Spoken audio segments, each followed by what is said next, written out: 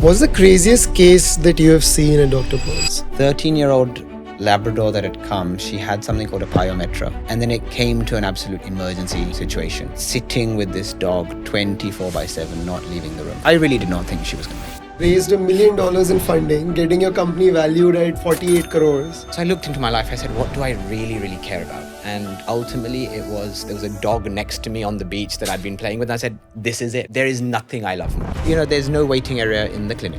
There's no booking system. Once in there being like, yeah, I just want to get out of here as soon as possible. That has to change. You seeing a lack of a one-stop shop was the insight that convinced you to move forward? Pets, they are people's babies now. Yeah, that millennial absolutely. pet parent, it is their kid. Actually, the experience, my competition is Rainbow Children's Hospital. And these have all changed. The vet clinic hadn't changed. This market globally is about $16 billion big by 2032. Yeah. Currently in India, it's at $3 billion and it's going to double in the next 3 years. Yeah. What are some validated problem statements that someone can go and build? Yeah, so I think... Udit, thank you so much for being here. Thank you for having me. You came up with the idea and raised $1 million in funding, getting your company valued at 48 crores. Yeah. Do we also need to get a British accent to start getting funded in India now? Well, actually, no. I think if you want to get funded, it probably would be easier to skip the British accent initially. Yeah. But can your team understand what you're saying, by the way? I think now they've got it. Oh, really? Now they've kind of understood. Initially, you do have those people who will sort of lean in with one ear and be like, "What is this guy saying?" But they've got it now. Okay. No, actually, I think one of our first angels, a great guy, been super helpful. I think he was a little bit spooked with the accent first. I think he was thinking, "ये बंदा foreign से आया है, उसको कुछ आता है नहीं." And I think he was just so like stunned by it that he had to ask me like, dude, I just need to check. Do you know how much like a nurse earns? Do you know how much like a security guard salary is? Just Why do you to be paying UK salaries? So I think... And you knew the answers. yeah, no, I mean, yeah, I think so. I wouldn't have got his money without it. So, Right. yeah, it's helpful in some ways, but I think it Has does... anyone asked you where you got it from? I think a lot of people do think that it's put on. It's put on, Yeah. So they're like, oh, he's gone for 3-4 years. And then I say, no, I was there for 23 years. Yeah. And then like, okay, we got it. Okay. But yeah, no, I think it has its pros and its cons. Yeah. Okay, tell us about Dr. Paws, Yeah. and then tell us how you got the idea. So Dr. Paws is, fundamentally a chain of what we call new age veterinary hospitals. Very much a veterinary care brand centered around the healthcare piece. You'll actually see a lot of, let's say, players in the new sort of pet ecosystem who their core DNA is, let's say, retail. Their core DNA may be grooming or consumer products. Our core DNA as a brand is centered around healthcare and the vet. Okay. And when we say new age, I can get into that in more detail, but we basically think that the veterinary space was quite old-fashioned and remains quite old-fashioned. And, making it something that is very natural for, let's say, the millennial pet parent, someone in their late 20s, early mid-30s, who are getting their pets for the first time. That's where we see the growth. So it's vet clinics that resonate with them. Over time, we'll naturally play beyond the vet care space and clinics and hospitals, but it is a pet care brand centered around the medical side. So tell us about that moment when you got the idea or you saw a problem and you felt कि इसमें business बन सकता है. Yeah, I think more than, let's say, the idea or anything, it was... I'd shut down one business. Okay. It was a SaaS company. Me and my co-founder decided that, hey, we're not doing this any further. We didn't care enough about the problem statement to really push through. And so I was sitting on a beach in Sri Lanka. I'd gone with another friend in a similar position. And we were, trying to like decompress, find ourselves, find what we want to do next. And I think I was very restless within 2 days of doing that. And I realized, okay, I think I know what I want to do, in that I want to be a founder still. I want to swing the bat at least once more. But I knew I needed to do something that mattered to me this time. So that whole thing of, do you care enough about the problem statement would not happen. Right. So I looked into my life. I said, what do I really care about? And ultimately there was a dog next to me on the beach that I'd been playing with. And I said, this is it. right? Yeah. There is nothing I love more. So if I can be lucky enough to build something that ties, building a serious business, a business that we are expecting, and we're aiming for a great outcome, but also something that I love is part of the journey. That's what I want to do. And dogs were there. Of course, then it took time to look into what can I do in pets, what is meaningful. But it was actually quite, the vet was one of the most obvious places to begin because for the last 5-6 years, I'd been a pet parent in India. I'd experienced, I would say, good doctors, but horrible experiences. Right. And it was like, that has to change. So that came naturally. Obviously, then there was a lot of validation, research, etc. So you were solving a problem for yourself and you were solving something that you deeply cared about. 100%, right? I literally, the minute that idea struck me, I was just going back to those days in Pune. Our family dog lives in Pune with my parents. There's no waiting area in the clinic. There's no booking system. It would be 1 hour, 1.5 hours in the hot sun, just stood there or sitting in the car, waiting till it was our turn, having to go every 20 minutes and sort of put a little bit of pressure. Can you see me? Can you see me? Once in there being like, yeah, I just want to get out of here as soon as possible. So I deeply understood that the vet was not great. Medically was fine, but The experience. was horrible. Yeah. Rakesh, my co-founder, had a very, very similar set of experiences. And yes, we both love dogs. He's had dogs all his life. And, he'll also, tell you like the dogs he's had have shaped who he is. And in many ways, I would say that is very, very true for me as well. So you're on a beach in Sri Lanka. Yeah. And you're like, okay, let me do something here. Yeah. What happens from there? What kind of research do you do? Yeah. And what ends up building conviction? Got it. So came back full of energy. And, I'm one of those people that an idea can come and you can be a real optimist. And you can, suddenly think, yeah, this is going to work. Yeah, this is the next this is unicorn. And we're taking this to IPO and that's you can just feel that straight away. Yeah. So obviously I had to tame myself in. I actually remember there was a group of friends, really, really accomplished people. Some of them were ex-VCs, some of them had also, run pretty successful companies that they'd, for whatever reason, had shut down. And we were like the fun employed gang. And I remember going on a trek with them one morning, and I just said, let me just seed the idea. So traveling is really working for you. Yeah, traveling is working for me. So I just said, let me seed the idea with one of them. And I was expecting to be told, don't be stupid. This is ridiculous. Yeah. And actually we got really, I got good feedback. I think there is another player in the market who is also VC funded. I think they'd evaluated them. And she kind of told me there's definitely something here, right? There's obviously a lot of complexity. You figure all of that out, but there's something here. Yeah. That got me really going 1 week later, where I was, I suddenly felt it wasn't just the optimism of sitting on a beach and thinking, wow, I found it. But that kept me going. One of the big things was I knew I needed a set of partners, co-founders. So that was a very quick part of the process that I had to get onto. Like I said, I could find the best market, I could find the best idea, but if I didn't have a partner, both on the, let's say, the offline ops, running an offline business side, as well as the medical side, this probably wouldn't take off. Right. So a lot of the validation was, do I find that person or that set of people, and do they also share the same belief and passion? Okay. But of course there was, let's look at the market, let's see what it is. So there was we spoke to a bunch of pet parents. This is before and after Rakesh. Take us through that process. How were you approaching these pet parents? Yeah. What were some of the questions you were asking them, and what were the insights that you were getting? Yeah. So at a first, I realized I should probably spend some time in vet clinics. Okay. Right. So I reached out to a bunch of vet clinics. One of them was my own vet in Pune.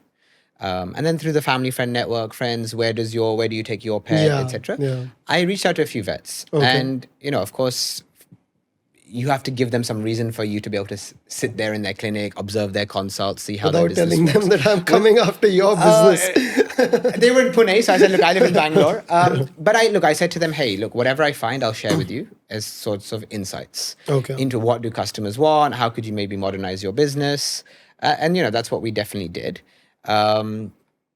And they were very kind to me. They gave me the chance to really understand the nuts and bolts of a veterinary hospital. So you were sitting in vet clinics. I was sitting in vet clinics. Full days. Full days. Where in the waiting area inside the doctor's Everywhere. room? So I was very lucky. So my own vet, he was like, dude, jo bhi karna hai karo. Like, you have a free pass, which was great. And even there was a family friend who said very similar things. I think there were a few, let's say, corporate chains where it was a little bit more structured. Yeah.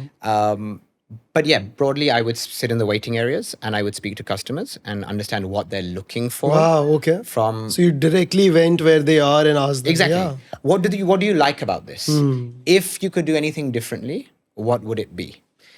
Weirdly, that was a tough question for a lot of people. Because you could they ask didn't know for any anything. better. Yeah, absolutely. Right? So like for them, it was like, but this is we want faster what it horses. is. Yeah. Yeah, like और क्या हो सकता है vet clinic में? And then I had to maybe gently seed what could be different and see if it resonated. You have to be careful there, right? Because a lot of people don't want to offend you and they'll just say yes, that sounds good. Yeah. I don't know if there's if your listeners have heard of something called the mom test, but I would really recommend any idea you have, strictly do the mom test on this. Basically, it just goes to say, you're going to ask a set of people. They don't want to offend you. Your mom is going to always say, what a great idea. What a smart boy, girl. It's not real until you know it's real. So you have to be careful and not just get blinded by what they say, because they're going to be polite generally. Yeah. But I'd do that. I'd also be in the consult room. I would see how the doctors are communicating. I would see what questions patients are asking or pet parents are asking. I would also spend time with the administrative side of the business, so the receptionists, the technicians, to really understand what is going on. My own vet and the family friend vet, they even kind of showed me the software, talked about the P&L of a clinic, which was very useful. And insights क्या मिल रहे थे आपको? Yeah, I think main insight I thought was the doctor is why someone comes, right? And especially, let's say, my Dr. Jay Bharat or Dr. Pardeshi in Pune. These are great vets. They've been there for years, decades, right? So the trust that they have is insane. Yeah. The customer love they have is insane. So that was one, right? Yes, you can build this fancy, wonderful, brilliant experience, but if you don't have good doctors, if you don't have doctors that people instill trust, this is dead in the water. Yeah. Right? And I think that is a big part for why Rakesh and I were so keen on getting Dr. Girish. For the listeners, Dr. Girish, I think he's Bangalore's best vet. I'm going to put it out there. Yeah. And he just instills confidence. He's such a, calm person who gives it to you straight. He's not going to sugarcoat things. And he's obviously very medically skilled. So that was one big insight. Yeah. What else? What else? I think what really also resonated for me is that people definitely valued having things conveniently in one roof. For example, like what did you see that made you feel that, okay, if I build onto this convenience, there is a business? So these clinics I went to, they were very small. Yeah. Right? 1-2 rooms. So if you need a diagnostic, what would the doctor say? ठीक है, अभी उधर X-ray जाना है. करा के जाओ. Exactly. 5 kilometers away, there's this clinic, you can do diagnostics. वहाँ से report लेके आओ, I'll see this. And that was painful. Grooming was a whole separate thing. Okay. That, not everyone did grooming. Grooming's growing as a category, but that's somewhere separate. Buying your dog food or your medicines is somewhere separate. And I could see very clearly that people said, if everything is in one space, wow, that would be good. And that was a big learning for us. And that's why our first centers are full stack. OPD care, which is the basic consults and diagnostics, x-rays, whatever. But you have IPD care and surgeries, life-critical surgeries can be done. But at the same time, you have your grooming, you have your pharmacy, you have your retail, you have everything in one roof. So can we say that you seeing a lack of a one-stop shop was the insight that convinced you to move forward? One of the insights as to where we can win. I think we also realized that just generally the experience was bad. These clinics did not have as waiting areas. They were dirty. They were not because people didn't care, but it wasn't seen as an important thing. Yeah. right? The hygiene, the smell, it wasn't great. Like honestly, the insight that I got in this talking to pet parents, right? I would ask them, forget vet clinic. How has your life changed in the last 5 years? Right? And I would ask them, okay, think about in the last 5-10 years, where did you go out to eat, drink on a Friday night? Where did you go to party? Where did Why you go is out that to work out? important? Because my thinking was, oh gosh, the vet clinic seems like it's stuck in the 80s or the 90s. Okay. Right? And what I got from them, and I kind of nudged them to also see, was, wow, the restaurants and bars that we used to think were good 5, 6, 7 years ago, we don't go there anymore. Yeah. The gym that we used to work out at, well, we don't do that anymore. Or the form factor of, now we're doing Pilates, now we're doing bar or whatever it is, right? That didn't exist. The doctor that we go to for specific conditions, be it, so a lot of young pet parents, let's say the IVF clinic, right? That wasn't some back of the city kind of thing. It's a very nice modern clinic. Yeah. Right? Even the children's hospitals. I truly believe that, let's say, pets, they are people's babies now. Yeah, That millennial absolutely. pet parent, it is their kid. Yeah. It's nothing short of a kid. Yeah. So is my competition actually that local vet clinic? Sure, like at a very tactical level. But actually the experience is, my competition is Rainbow Children's Hospital, Motherhood Hospital. The best of maternity and pediatric hospitals. And these have all changed. And the vet clinic hadn't changed. And that was the insight when people said, yeah, I see that. That was when, hey, something has to happen here. There is something to be done. And something to be done at a premium, or? Look, I think it can start at a premium, but if we want to build a really meaningful nationwide brand, we're going to have to also learn how to not just be a premium brand. I think, but and what we've done with that is our pricing today is not the most premium in Bangalore. Okay. But the experience. The experience is the best. Yeah. The experience, all 3 of my clinics are 5.0 on Google. I am, and we are, I should say, as a brand, customer obsessed. In a service business, and especially in a healthcare business, where there are unfortunately sad outcomes. Yeah. Pets die. It happens. We've not had touch with any problems, but there can be mistakes that are made that lead to problems. 5.0 for any service business is strict, but we're obsessed. Yeah. So we're with best experience, but we're not the most premium price. But yes, to grow this nationwide and scale, we will have to also learn how to create a clinic that works in less premium neighborhoods. It's kind of like my co-founder Rakesh, he comes from Cult. Yeah. So if you see the journey of Cult, it started in, I think, Sarjapur in Bangalore. I think there was a few in Gurgaon. It was super premium. I remember coming in my consulting days to Delhi, and there was this Cult thing. Yeah, And people were talking about it like it was wow. Yeah. And the experience was so much better. Yeah. Today, I think if you look at Cult, super successful, great brand. It's changed how India does fitness. But I don't think you'd necessarily call it the most premium gym. brands. Yeah. It has learned how to be mass premium. And that's where we'll have to get to as well. So, जब आप ये सब कर रहे थे, आपके parents का क्या रिएक्शन था? Yeah, I was थोड़ा क्या scared. एनिमल डॉक्टर बन रहे हो? वापस आया था श्रीलंका से, and I said, ठीक है, let me call dad. And I thought, yeah, क्या बोलेगा? He'll think I'm an absolute idiot. Like, I've shut down one business. He'll say, yeah, go back to London, do your job, maybe reset for some time. This is what I was thinking. And my dad and my mom are super supportive. With my entrepreneurial dreams and ambitions. But I think they also maybe in the back of their heads felt that, okay, you've come from London, you took some time out to work in someone else's startup, then you tried something, it didn't work. Maybe take some time, reset and come back. At least that's the conversation that were happening in the family. Yeah. So I thought, oh God, this is what he's going to say. He's going to say, stop being an idiot. You know nothing. My dad was actually super supportive. He went, wow, okay. Well, you love that, don't you? Like you love dogs.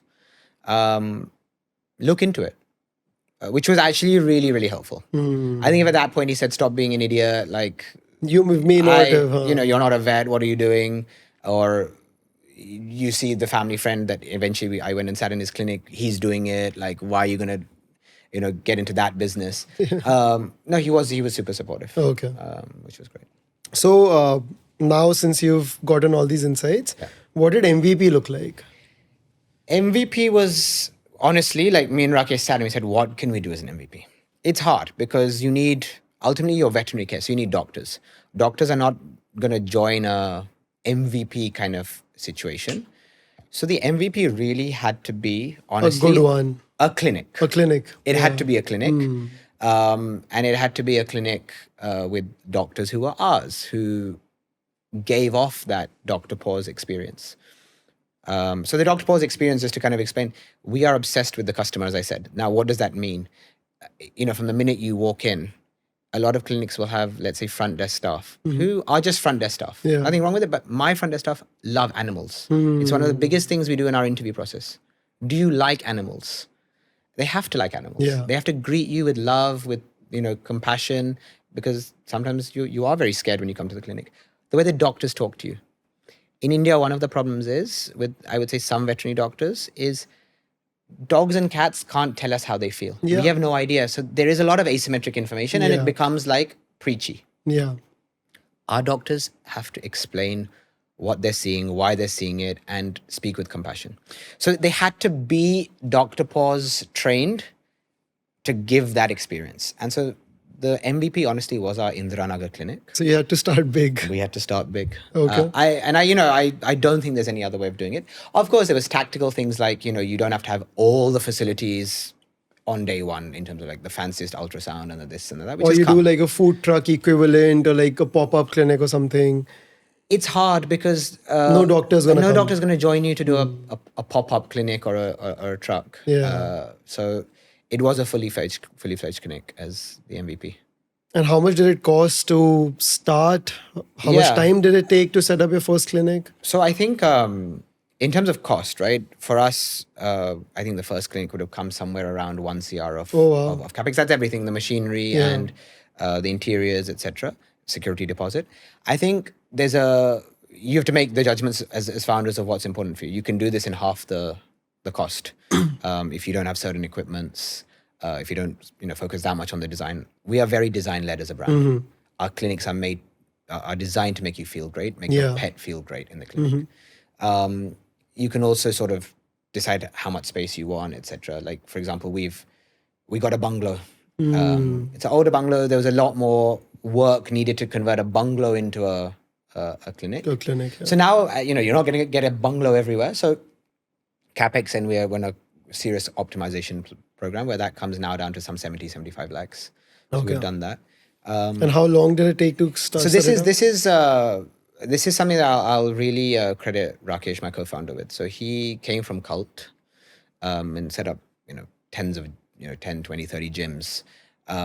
He knew exactly how to squeeze timelines, and that's really important because you've got your rent ticking, and you want to go from taking the property to getting it making revenue for you. Yeah. If I left to me, I probably would have thought, 6 months is great. Oh, really? No, we did it in 60 days. Oh, wow. Okay. 60 days. 2 months full 2 clinic. months turning it around from getting the keys to the place, knocking shit down. That's fantastic. Yeah. And he's very, very efficient on this. Okay. Which is But to start with the Crore, you had to start with funding, right? How did that happen? How did you convince people to fund you on a pre-revenue level? So I think Rakesh and I definitely sat down on this, right? And we're blessed. I think we come, and we acknowledge that we come from a privilege where we didn't necessarily need to do this. We could have probably bootstrapped the first 2 clinics through the help of family, but I'd worked in the UK for 6-7 years. Rakesh had a really great career before this. But we said, look, let us take funding. Okay. Right? Let us take funding so that we are not Strapped for cash. Yeah, we're not strapped for cash. We're not skimping on things. Yeah, we're actually we're saying, look, we want to do this. There's a market here that has to be attacked. Let's put our best foot forward. Yeah. Let's get the best equipment. Let's get the best doctors, even if we have to pay them that little bit more. Let's not be worried about these things. So we said, let's go for funding. If we get it. If we don't get it, we believe enough in this market, we will figure it out. Okay. How did we convince people? I think in general, in India, there was a realization that pets as a space is growing. So I think people were interested to talk to founders because pets was a space that everyone knew. The pet penetration in India was some 10, 11% of households having a pet. UK, US, it's upwards of 50, 60%. Okay. The East Asian countries like China, Japan, Korea were where India was 20 years back. Today they're at 35%. Okay. So everyone can see that something is going to happen. Yeah. But yes, to convince people of two non-vets in a capex intensive business, operationally heavy business was tricky. Getting Dr. Girish on board was a big help. That gave them, at least from the medical side, credibility that there's someone here. I think obviously Rakesh and I were very passionate and we were very structured and we had done a lot of insights. And this is where, and of course we got passed on a bunch of times. A lot of VCs will say, you're too early for us. We like what you're saying, but show us 2 or 3 clinics. And then you do 2 or 3 clinics, they show us 7 or 8 clinics. So there's a lot of VCs. How many people did you pitch to before you got funded? I would say in the first round, we would have had like at least 30 conversations with people. And to have 30 conversations, you probably reached out to some 100, 200 people. I think Rakesh and I are pretty lucky where through our networks, most people want to speak to us. Sure. So I don't think there was ever really a case of we reached out to someone and they didn't want to chat. Sure, there'll be one conversation. And it's the end, but we had a good ratio for there. And then we were introduced to Source, who did our seed round, and that I think they're some of the best consumer, if not the best consumer investors in India. Right. I think we just clicked with Manu and his team. It was very clear. It was, there's a good market here. You boys can do something. You've got a good doctor, and we're believing in you as a space. Sure. And you as a team. And did your experience at BCG or being in a founder's office role or having run your own company before play into you getting funded now? And which one probably has had the most amount of impact percentage-wise? I think everything compounds and builds. Right. So I think BCG, I spent 4 years there. It's a great place. I look back very fondly on my time. I'm very grateful to have spent that time. I don't necessarily think BCG maybe shapes you to be an entrepreneur. Actually, in many ways, what you see is I have a lot of friends who super smart people, but they're quite comfortable in their jobs. They're very good at what they do. Golden handcuff. Yeah, exactly. So I mean, like, you're paid really well. You get respect from the world. You do intellectually stimulating work. Why would you leave? Yeah. So I think there is one profile of person that can go down that path. I think what BCG definitely gave me was, hey, I know what good looks like. Be it an investor pitch and the deck, be it how to prepare for a meeting with a doctor, be it here, right? How do I prepare for this so I'm ready and I can be natural? That it taught me what the bar is, and the bar is high. Yeah. So I think that's one. I think it teaches you how to prioritize your time and prioritize your resources, right? Because you're doing this project for a corporate, you have absolutely no idea about the industry. You are a 20-something-year-old, and you're trying to, give some gyan to like someone who's been there all their lives. I think you realize how to quickly get up to speed. I think it also helps you just be a confident person because you are put into situations that are tricky. So it gives you confidence that you can do something. Yeah. So I think that I don't think it's going to necessarily help you understand an industry or anything like that, because it just gives you the soft skills or the preparation to be a founder. Yeah. But it's a good place. But I think to be a founder, it's important to get out and get into the real world as well. So that's what I did. I joined Yash and Akshay at Open House, 2 great guys running a very cool offline education business, and they were great for me. They're some of my closest friends now. They let me just come in as a chief of staff and run with some things. Okay. It was actually a tough time for the business when I joined. It was an edtech business, going offline edtech, going into COVID. So it was hard. But there I kind of really understood how hard you have to push. That BCG name is not going to carry you through. Yeah. You got used to going to a boardroom and it was like, BCG say I had, let's listen. And suddenly I'd go into like a school and like the facilities manager at the school was the gatekeeper. And was not impressed with whatever suit you wear and whatever, however smartly you talk, right? To get to the headmaster was like a big thing. Yeah. So I realized, and like even like, just how to work with teams who are not necessarily trained in that BCG way or that very corporate way. I think that was important. And just real how to deal with ambiguity. It was it was an ambiguous time for an offline education company, I should say, going online. Yeah. Seeing how Yash actually navigated that, being around it was important. So let's talk about how you got your first 100 or 1,000 customers. Now the clinic is ready. You need to start getting people in. Yeah. And vets are like family doctors. You can't just ask someone to switch because there's so much trust built, right? Yeah. So what was going on? Yeah. So look, I think that is a reason why we really wanted Dr. Girish from day one. We also had some other very, very great, very popular doctors. Dr. Archana had come. So they had a bit of a fan following.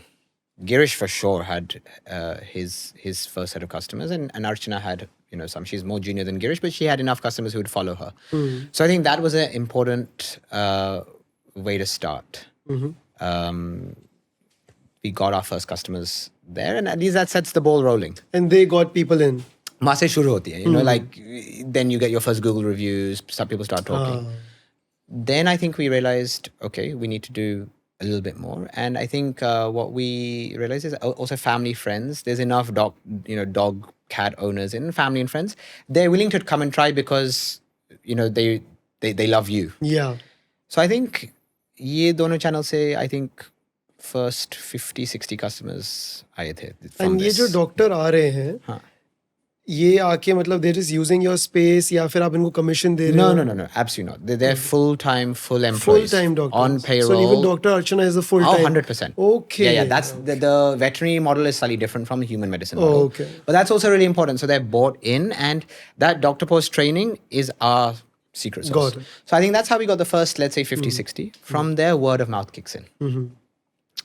And वो काफी important है. Like you have to make sure that when someone comes in, they tell 3 other people.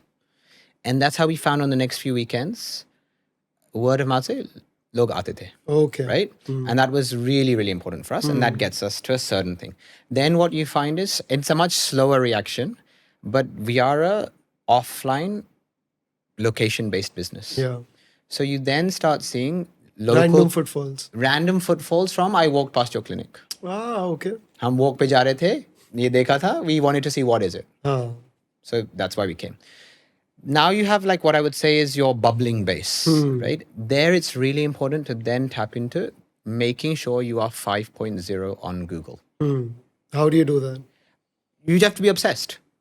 Rakesh and I were in the clinic, that first Indira clinic, every single day from opening till close. Talking to people. Talking to every customer, getting involved, managing every bit of operations that was going wrong. And things go wrong all the time. Yeah. It's not like we're perfect. Yeah. But, like apologizing when things go wrong, explaining, what we're trying to do to customers, getting them bought in. Because then in a local business, what you find is local SEO is super important. People are searching vet near me, this, that. And this market in India is growing very, very fast in terms of new pet parents. Yeah. So they don't have an established base. You have to hook them. So I think through like these channels, we would have got to, let's say, that first 300, 400 was building. Then we did some big events, pet-related events. Such as there's one called Pet Fed. It's a big carnival. A lot of brands exhibit, e-commerce, D2C brands, even some service providers. And we were able to put up a stall, and we really brought a lot of soul. Dr. Paws is a brand built on soul. I have my head of brand, Tia. She just brings soul max to everything we do, right? She's a wizard. And I think she really helped us bring soul into the company, but also that Pet Fed stall. Right? And people could see there's a difference here. And so we'd give them a reason to come back. There'd be a spin wheel, they'd win stuff, they'd win a free grooming, these things. And they'd come, and then we are so confident when someone comes, we give them a tour. You have to give them a tour of the thing. Most vet clinics don't want to show you what goes on because it's actually not hygienic, it's not clean, it's not impressive. You're proud of it. We're on the other side, we said, please, aajo, sab dekh lo. Like, we want you to come. Yeah. And people see that and go, wow, this place, oh, you also have life-saving surgery. Oh, you have diagnostics. So like that, we got some people. And then you get to a point where, okay, the engine does need a boost because you have the base. Yeah. That's when performance marketing kicks in. Oh, okay. So that does help in bringing in people. Yes. Okay. And then, like let's say in a newer clinic where Dr. Paws brand is like that, performance marketing can start more from day one. right? But there was no point in starting on performance marketing before exhausting all of these things, Sure. at least in clinic number 1, Sure. 2, when we were also figuring out our operations, etc. So that's how you get your clients, or let's say we call them guests. We don't call them clients at Dr. Paws. What's really important though in this kind of business is how do you retain them? Yeah. Right? Because lifetime value is exactly. so So the whole point of it, if you look at the economics of our business versus, let's say, a D2C brand or whatever, ours is all centered around lifetime value. Yeah. Meaning we have 12 years on average with a new pet parent to, build a relationship. Correct. Yeah. And actually it's more than that, because people don't just have one pet, they have multiple pets. Correct. They all get a pet after, one pet sadly leaves them. And so you have to make sure they come back many times. And that's what we really, really try and do with our customer experience, the feedback that we will get from them, the attention to detail on follow-ups, reminders, etc. That's as important as new customer acquisition for a business like ours. So what was the first big win? ऐसा कब लगा कि यार हमने कुछ कर लिया है? I think the first surgery. Okay. Yeah. The first surgery, where I think someone said, I'm not going to the big hospital that was there in Bangalore. Yeah. I remember it was a boxer, had a tumor. I know money was not an issue for this client, and they had come 3-4 times, had experienced us, and they felt confident to give it to a doctor that they'd met for 1 month, right? A tumor removal surgery. That was when I felt, kuch to ho raha hai yahan pe. Like people are seeing something that is different. They're feeling confident. Trust is happening. That was the day when I said something is there.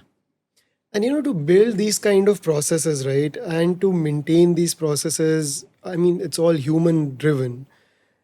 How does one go about doing that? Because that's like the core problem of any service space. 100%. It's the hardest thing. If you ask Rakesh and I, it's the number one challenge. If we want to make this nationwide, agar scale karna hai, we have to have set processes which are followed. Agar aap jaoge, let's say Lajpat Nagar branch, or you'll go to Indira Nagar branch. Same होना चाहिए. Same होना चाहिए. कैसे करोगे आप वो हर इंसान को कैसे सेम कराओगे, सेम स्टैंडर्ड्स पे कैसे वर्क कराओगे? First, you have to be clear on आपको क्या करना है. What is the base level of service and process that it should be? See, I see a lot of service businesses, and now I'm very hyper attuned to it. I don't think they're even aware of what the process should be. So one is very clear on what is that process to be.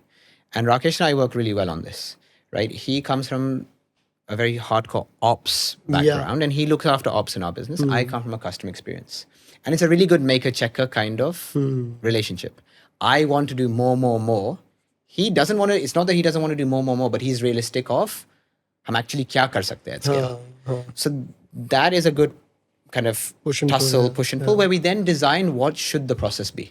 That's the first most important thing. From there, you have to work out how do you roll this out. A lot of it is training.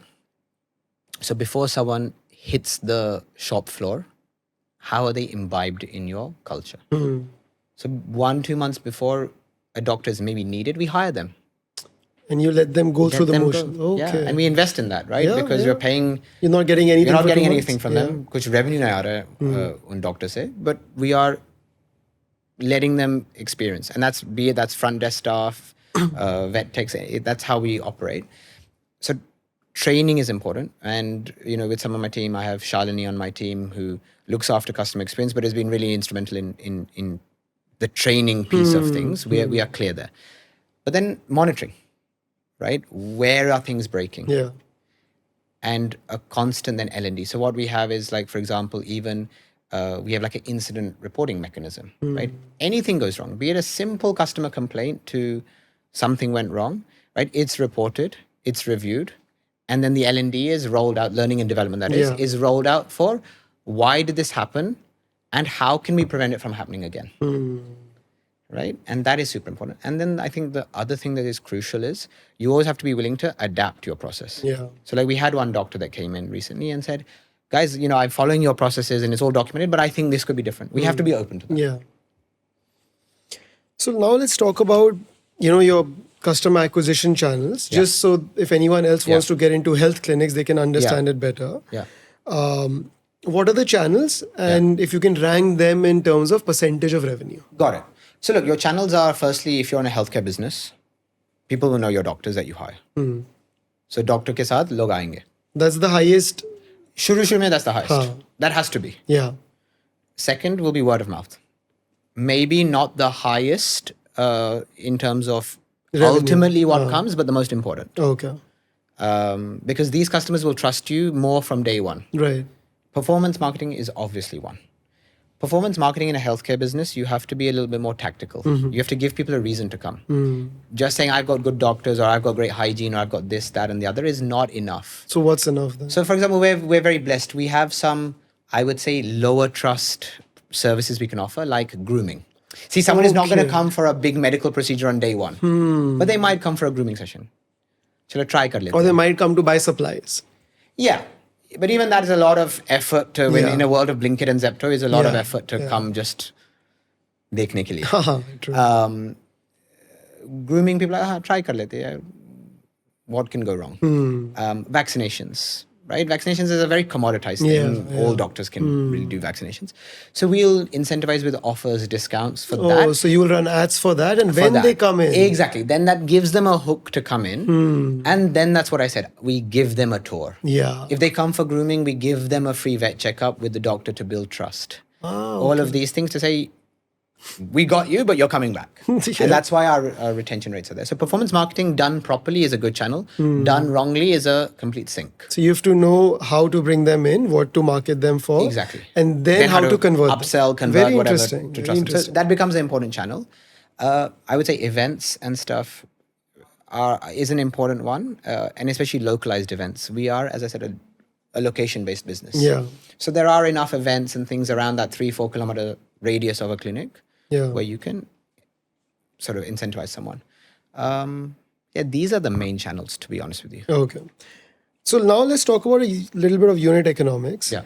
How much is like an average order value, and where does the money go? Let's say it's 2K, 3K, whatever. Where does it go then? Yeah. So our AOVs have consistently been around the 3K mark. Okay.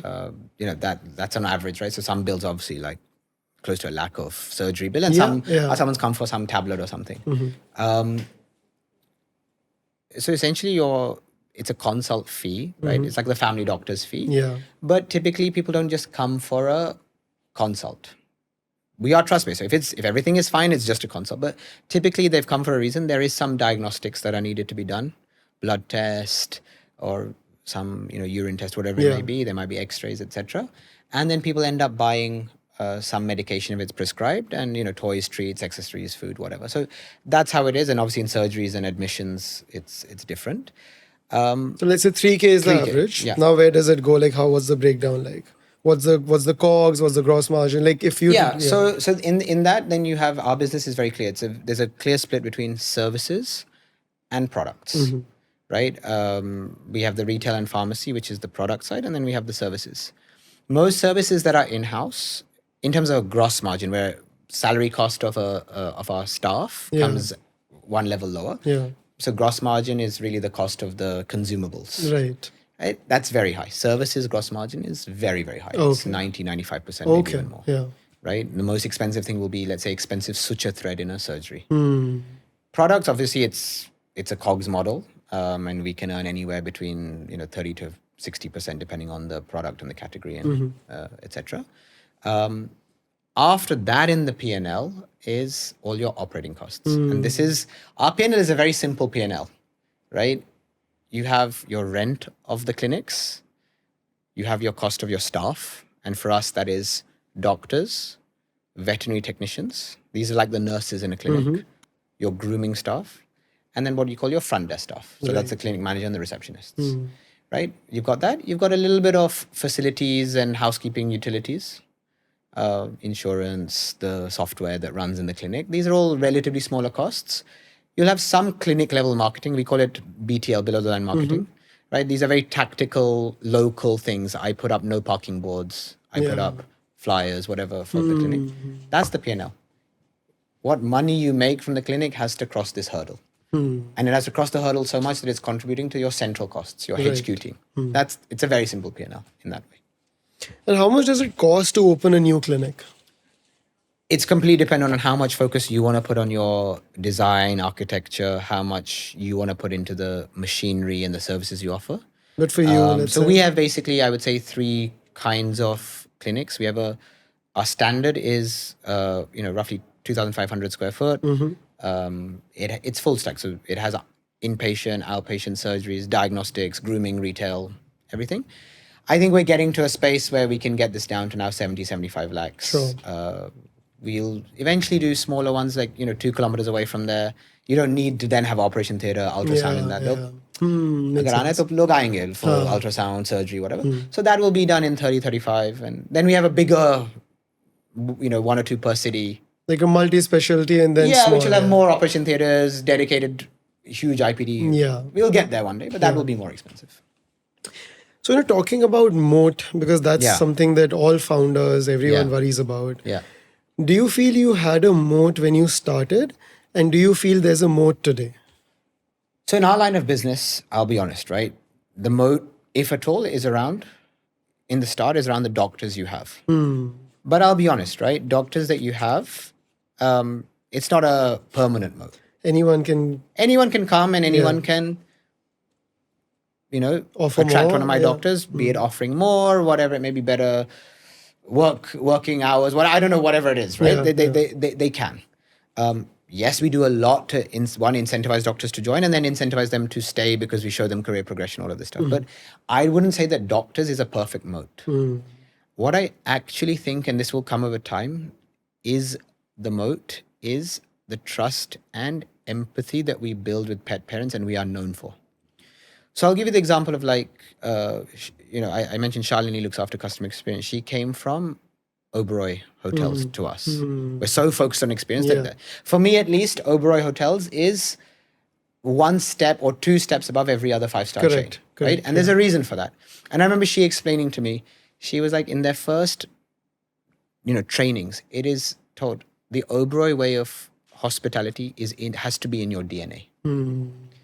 Right? You can't. So honestly speaking, our clinics look better than most clinics, if not, all clinics. Someone can pay a great architect and spend the money and they can do that as well. Yeah. Doctors we've discussed. That level of obsession on the customer, that level of trust, that empathy, that is really hard to replicate. I was actually in the US last week and I woke up to one of the nicest messages I've had. There was a friend of mine and she messaged me saying her cousin had gone to Dr. Paws and the dog was, gravely ill. It had something called a pyometra and everyone else. And we had thought that the spleen was also had a tumor or very enlarged and it would need to be removed. Big surgery. This is like upwards of a lakh of billing. And she went, and yes, we had to deal with the pyometra, but the doctor looked at the spleen and said, it is fine. We do not need to do this surgery. And that doesn't happen in other clinics. Yeah. They would have gone, the customers agreed, 50, 60,000 of billing done, brilliant, wow. Yeah. We don't incentivize our doctors on revenue. And some investors laughed at us. I said, you boys are naive. Yeah. Let's say they said, 2-3 saal ke baad, dekh lenge. Yahi karenge. You won't do this. You will not stick to this. Yeah. When I see something like this, we stick to this. Yeah. That customer, or I'll say guest, will be with us for the entirety of her pet parenting journey. Yeah. Right? That no one can, that DNA, that obsession, that no one can copy. Yeah. Or if they have to copy, they're going to have to work so bloody hard. Yeah. Good luck to them. Yeah. Wow. Let's also talk a little about why businesses fail in this space. Yeah. So that if other people end up starting, they have some idea. Yeah. One of the reasons is that they're not able to convince senior doctors to come, which is something that you were able to do. Yeah. Right. Another one is that if they got the senior doctor, they walk away. Yeah. Or it could be that they don't understand the pain point properly. Yeah. I know you did so much research to understand the pain point. But how did you manage to convince doctors to come and stay? Got it. Yeah. So I think there is some element of luck in terms of timing. So Dr. Girish, if I take him, there was, he was a very senior doctor in Bangalore's largest chain, but he was the number 3 behind the 2 founders. What more could he do at that chain? So timing was on our side. But you have to share with them the vision of what are you trying to do and how does this grow, and that you're thinking about it sensibly. And of course, there's an avenue for him. So suddenly from being a number 3 or a unit head, he was now a chief veterinary officer. For some of the, let's say, less senior vets in Girish that we've got, but who are still senior and have credibility, look, we're building a pathway wherein today you might join me as a unit head, a branch head, but you can become a city head. You can, if you want to open a clinic of your own one day, why don't we do it together? We've shared that vision. Right. Even just things like, hey, because there's a lot of now, there is corporatization going on in this sector. We're not going to judge you on revenue. Right? People said, wow, I was at this corporate and I'd just been in this review meeting and it would just be numbers. I'm a doctor. I like to heal. Correct. Yeah. Numbers kyun karna hai mujhe? And we said, look, that's on us. We will fix it. So that's how you got them. Yeah, you have to convince them. And then you have to, as I said, you have to keep them. You have to address their issues that come up. You have to, make it a good place to work. I think at some point you should get into human medicine as well with this kind of a mindset. This is, I mean, we'll see one day, but I'm very good with my doggos right now. Yeah. So now for aspiring entrepreneurs, right? This market globally is about $16 billion big by 2032. Yeah. Currently in India, it's at $3 billion and it's going to double in the next 3 years. Yeah. What are some validated problem statements that you can share which are not saturated, where someone can go and build? Yeah, so I think pets, there are a bunch of validated problem statements. There's a lot of areas that are going to come up. So many of our pet parents still give home food. Ghar ka khana dete har roz. So is that bad? In moderation. Okay. Right? I also give ghar ka khana. Yeah. But it's tailored with boiled chicken and stuff. People will give dal, rice, chapati, whatever. What exactly wo jo kha rahe, ye dete. That's not good. Okay. Right? And the packaged dog foods or cat foods or whatever, they have nutrients and minerals that the dogs and the cats need. Ultimately, dogs are carnivores. Cats are carnivores. They're not humans. So I definitely think that the trend towards packaged food is going to increase. Some element of that. Interesting. I would have guessed the opposite, because I have seen dogs having very terrible experiences with packaged food. Because there's a huge... a lot of people come to our clinics and say, can I have, the very common brands, Pedigree, Whiskas, Drools, etc. They're not good for your pet. Would you give your child, if he was a human child, just like Lays biscuits and Lays all day? You wouldn't. It's the same thing. So we stock only brands that we absolutely that trust, and there are some great brands out there that are very nutrition focused. So I think nutrition focus pet food is definitely something that will happen. There are big players doing it, but I'm not going to say that Indian brands are not going to get there, right? Yeah.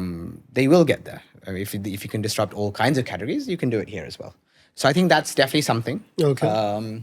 And all form factors of food, dry food, wet food. There, I think supplements and veterinary pharmacy is a big one. Okay. Is that something that's not there today? Yeah, veterinary pharmacy does exist. Okay. But again, it's like, I wouldn't say the branding around it is fully disorganized. It's quite disorganized. There are a few players, but a lot is contract manufactured, etc. I think veterinary pharmacy supplements, there's something that definitely can happen in there. I think in general today, where we are in India is this growth in this market is going to be driven by millennial pet parents, working pet parents. We call them dinks, double income, no kids. Okay. Dink wads, double income, no kid with a dog. Okay. Right? So here the kid is either replacing the human child or there's a delay in having the human child. So these are busy working professionals. Yeah. They don't necessarily have the driver and the maid at home as they had with mom and dad. Yeah. So boarding facilities when people go on vacation, all of this stuff, these markets are growing. Now, these markets I think you have to be a bit careful of if you want to build a nationwide scalable business. Right. They may be better suited to city, local, smaller business, great businesses, but smaller. But there's opportunity here as well. Yeah.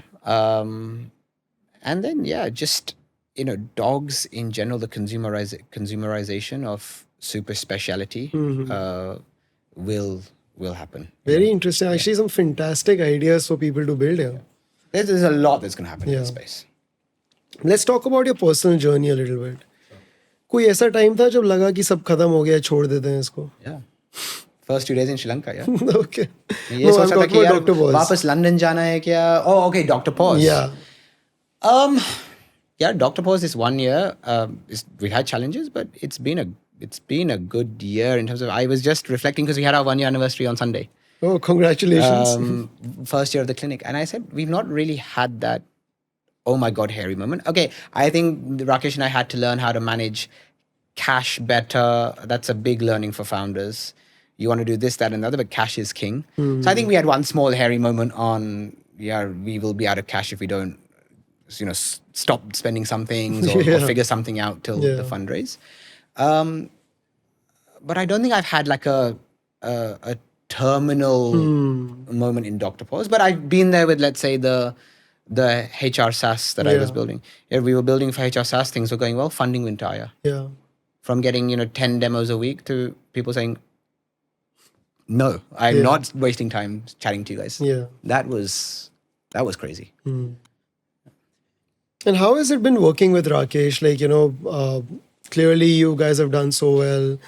What are some points of advice you would like to give to people to work with a co-founder? So I think we've had a good year. We've got a long way to go. I'm, very cognizant of it's just the start. So I think the good thing with Rakesh and me is, I think we're very aware of what the other is good at.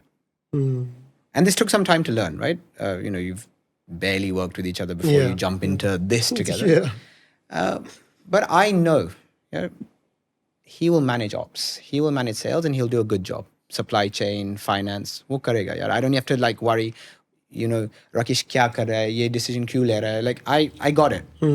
Obviously, as a founder in the early stage, I have an opinion, and he has an opinion on, let's say, the customer experience, the design, the brand, the marketing that goes on.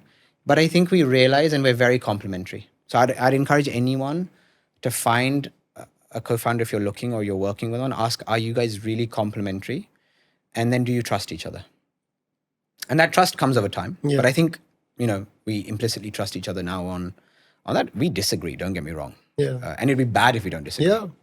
But we trust each other to take the right call. And you have to be good at committing, disagreeing and committing. And we've done that. And it's great when it works out. But it's been good working with him. What are some of the sacrifices that you have made as a founder that aspiring founders should be aware of or should be prepared for? Yeah, look, I think especially in our offline business, me and Rakesh work 7 days a week. And it's not to glorify working 7 days a week. It's just to set the expectations. Yeah, it is that. It is to set the expectation. It is, let's say, and the business we're in, weekends are our busiest days. When are people free? They're free on the weekend. So they bring their dogs and cats on the weekend. So weekend plans, etc.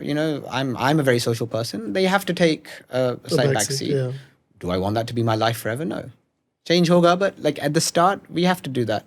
And like I have been traveling a bit for friends' weddings and stuff, and then the business is running beautifully, and so I'm seeing that it's possible. But we, do work hard, and we're trying to transition away from being in clinics to office. But weekends we try and spend in the clinic. So that's one. And what do the hours look like? When do you start? When do you end? Hours are like, typically we'll be in the clinic by 9, 9:30, 10, whatever it is, and maybe I work longer days in BCG. Pulling night shifts and stuff, night hours. I've done some night shifts because, there's been no cover for the front desk or something, or emergencies come. I've done, 24/7 night shifts, but that's rare. I'm done by 8, 9. But if, something needs to be done, I'm not going to say no at 1 a.m. to jumping on a call. But it's not that common. I think the other sacrifices, and this hits home for me when I, let's say, go to a wedding in Europe or the US, like I've just come from. My friends are all very accomplished people in the UK, but they've kind of stuck to their straight and narrow of consulting, banking, PE, whatever it is. These guys are earning seriously well. Right. And as a founder in the early days, especially based in India versus the US and Europe, you can't pay yourself that kind of money. And so you do have that shit, yaar, kya kar rahe ho, yaar? Like, what is going on? Ye actually karna chahiye ya should I go back and join the PE fund again? That happens. So you do need to have the confidence to get through that. If this works out, it will work out beautifully. But that is I love what I do. So I don't know if it's a sacrifice, but you have to be aware of that. Yeah. You're not going to, in the short term, necessarily be as comfortable in your lifestyle as you would be if you were sticking in your corporate job. Sure. Okay, moving on to people want to know some of the questions super searched on the internet. Should I get Dr. Girish here? Because I think he'd be better. But yeah, go for it. We already spoke about pet food. Yeah. But like, is it safe? And if yes, do you have something to recommend to people? Yeah, pet food is safe. As I said earlier, buy good brands. Buy nutrition-focused brands. Any brand you want to say? There's some like brilliant brands like Origin, Akana, Arden Grange that we stock, which are the best of the best. Okay. But you also have brands like I really believe in Royal Canin is a good brand. NND. There are good brands out there. Anything you find in a Dr. Paws clinic, you can trust in terms of these are nutritionally sound for you. And someone can go to your website and see what you stock. As of now, we're not doing e-commerce right now, but you can call a clinic. We'll get there in the next 1 year or so, or less hopefully. But yes, if you go to a clinic, you'll see. Top 3 questions to ask your vet. Wow. Okay. Definitely, what should I feed my pet? Because we see a lot of people giving ghar ka khana, and it's like when the vet hears it, it's like thoda change karna padega. So I think there's a lot of misconceptions there. I would also say, ask your vet to do preemptive diagnostics. Okay. Dogs and cats can't tell us either pain ho raha hai, ya thoda weak lag raha hai. They can't tell us these things. They can bark, they can whimper. I have really believed in getting preventative diagnostics or just a checkup. So we have things like master health checkups, which will just periodically once a year, whatever you want to do, just test certain things and you can see parameters. I really believe in that. I think that's something to do. And the other thing I would really recommend, and we see it a lot in this rainy season, ask about tick and flea prevention. Okay. A lot of people are not aware of it, or they see ye tick ka medicine jo hai, or ye mehenga lag raha hai, 2000 ka tablet, kaun dega? Do it, because tick fever is so common. And agar tick fever ho jayega, you have a 50-50 chance. I mean, we have dogs who survive, but we have dogs who pass away. Okay. And then your bill is astronomical once it happens. Wow. Ask on tick and flea prevention. Is it okay if my dog eats my socks? No. It's not a good idea. No? No, because it can obstruct the... No, eats as in like they just have it in their mouth. Choose. Choose. It should be fine. I mean, replace it with but the bacteria and all is not going to harm them as much. I don't think it's too much of an issue. Best is a toy, but I don't think it's too much of an issue. If it goes down the... Of course, that's a serious issue. Yeah. Who's the most famous person that has come to Dr. Paws? Wow. I actually think we've not actually had that much... we've not actually had that much of a famous clientele yet. Maybe when we go to Bandra in Bombay, we'll get all the film stars. I know that one of Dr. Girish's old customers was Rahul Dravid. Okay. So I know we definitely want to get his dogs back. So we're working on that, but hopefully we'll have him soon. One common myth about pets that drives you crazy. I'm not gonna talk about pets. I'm gonna actually turn this question into animals in general and strays, indies, community dogs, stray dogs, whatever you want to call them. Yeah, there is a general myth in India that these dogs want to attack you and are just... I mean, just today waiting outside the studio, I was playing with one of the streeties. Yeah. And the guard comes around, "Bhai, aap kya kar rahe ho? Kya kar rahe ho? Wo kaatega." And I just looked at him and I went, this guy. Yeah. They just want to give you love and they have a lot of love to give. Yeah, absolutely. Right? Yes, you can trigger them. I'm not saying it's perfect. There are some dogs who will be more aggressive, but in general... Be kind to them. In general, be kind. Yeah. Be kind. They have Absolutely so much love to give. Yeah. that and all of these like residential welfare associations, and on Twitter you see this dog attacked this. Yeah. There are some badly trained dogs, some owners who are irresponsible, do not get me wrong.